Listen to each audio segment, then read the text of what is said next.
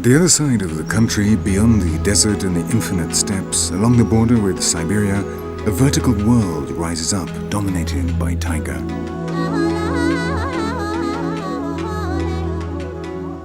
Taiga is a Russian term for the northern forests composed of firs, larches and silver birches, perfectly adapted to the strong winds and the low temperatures.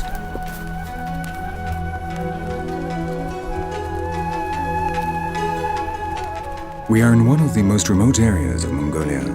Here there are no roads and settlements are connected only by the paths trodden by the nomads. At the end of the summer, the meltwaters from the mountains cover the majority of the surface of valleys and grasslands, making it extremely difficult to move the cattle from one place to another. For the Dahat, the inhabitants of these lands since the days of Genghis Khan, it is time to transfer the herds from the highlands to less demanding regions where they will spend the autumn.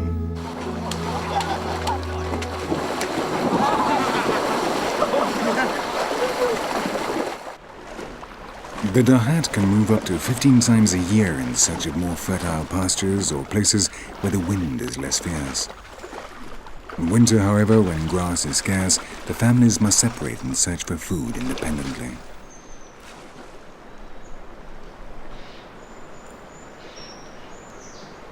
The only boat raft still remaining since the Russians left cannot carry all their cattle from one side of the river Tsaatan to the other.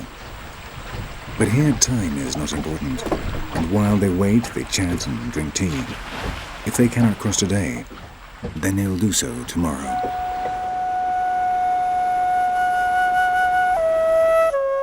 While it is still summer in the lowlands, up in the valleys of the Dokhotsayani mountains, autumn arrived several weeks ago, suddenly and without warning.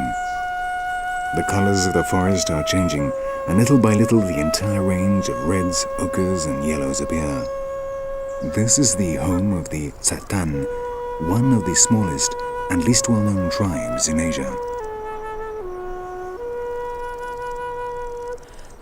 For these mountain nomads, the essential pillar of their subsistence is the reindeer, but this does not by any means cover all their basic necessities.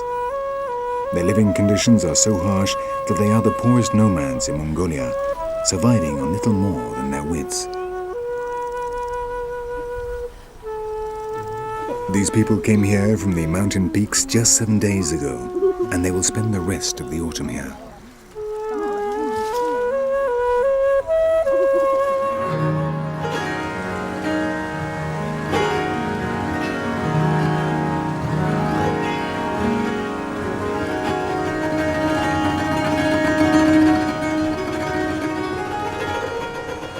Though it is only at the end of August, the first snows appear and gradually the forest is covered in a blanket of white.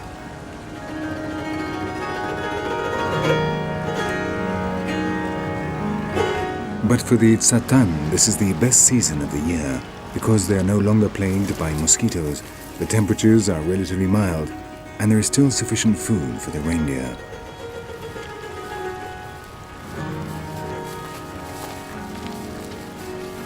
Their day begins with the milking of their animals. At this time of year, the reindeer are milked twice a day, and from the milk they make butter, a cheese called arul, cream and yogurt. Smoked meat and wild berries complete their diet.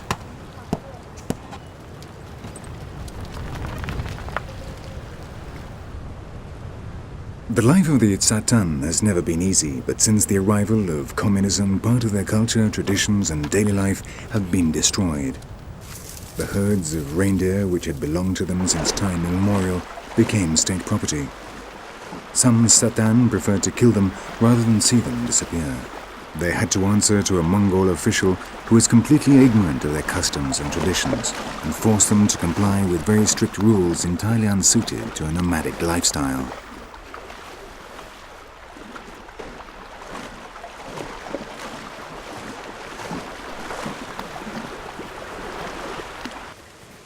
Once they have been milked, the reindeer are released and spend the rest of the day grazing in the mountains.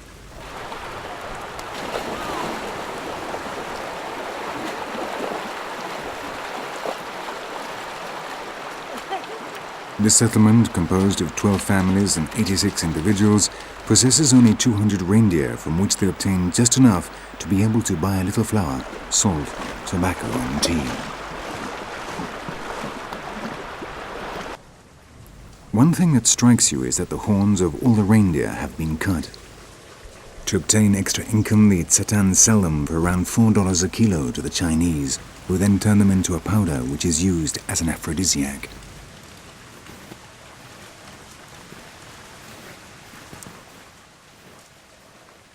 While the reindeer peacefully graze up in the mountains, the families remain inside their tents, around the comforting warmth of the fire. And that, more or less, is their day.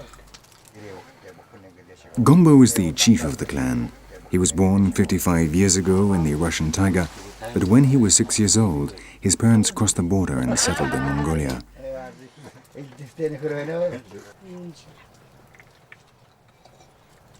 He is married to Sendeli, who is 50, and together they have had 8 children, of which only 4 survive. Their eldest daughter has just had a baby, whose father is a dahat. This is unusual among the Tsaatan, but in these desperate times they must seek to escape poverty, whatever way they can. Until just a few years ago, the women only married men from other clans, but of their same ethnic group. But as they now number just 200, the Tsaatan have begun to suffer from inbreeding, causing malformations and illnesses. The Mongolian government accuses them of sexual relations between cousins, brothers and sisters, and even parents and their children.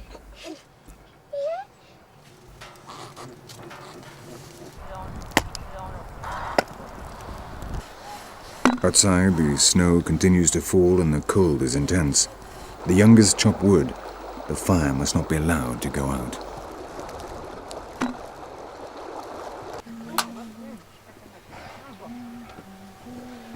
The Tsaatan, which literally means the reindeer people, are an ethnic group originating in Russia and Siberia, with their own language whose origin lies in Turkey. But with the creation in the 1920s of the People's Republic of Mongolia and the consequent marking of the borders, a group of some 1,000 Tsaatan and 6,000 reindeer remain on the Mongolian side.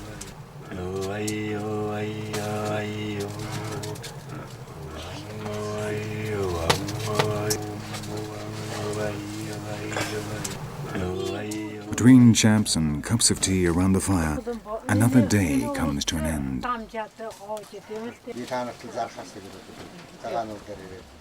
The snowstorm appears to have abated a little, and Dalai Bayar, Gombo's elder brother, takes advantage to go out and indicate to the reindeer that it is time to return to the settlement.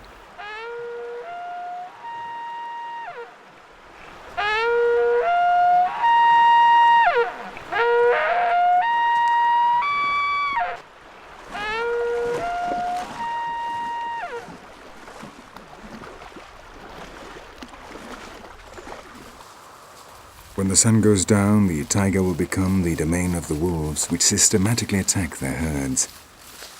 The loss of an animal is a real catastrophe for the family economy, which is already down to the bare minimum. Every year, fewer reindeer are born, as the problems of inbreeding also affect them, causing diseases which they transmit to people.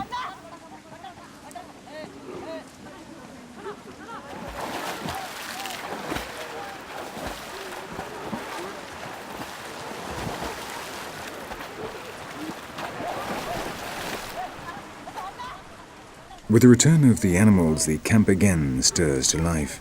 Each family separates its reindeer from the herd in order to milk them and give them salt. Then they prepare dinner, a little milk or yogurt, and, if they are lucky, some rice.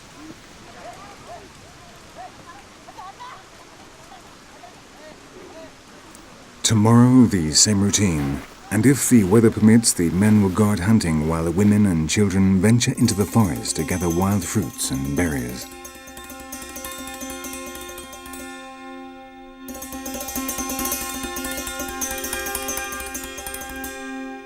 That is a day in the life of the Tsaatan, a tribe which unfortunately would appear to be doomed to extinction.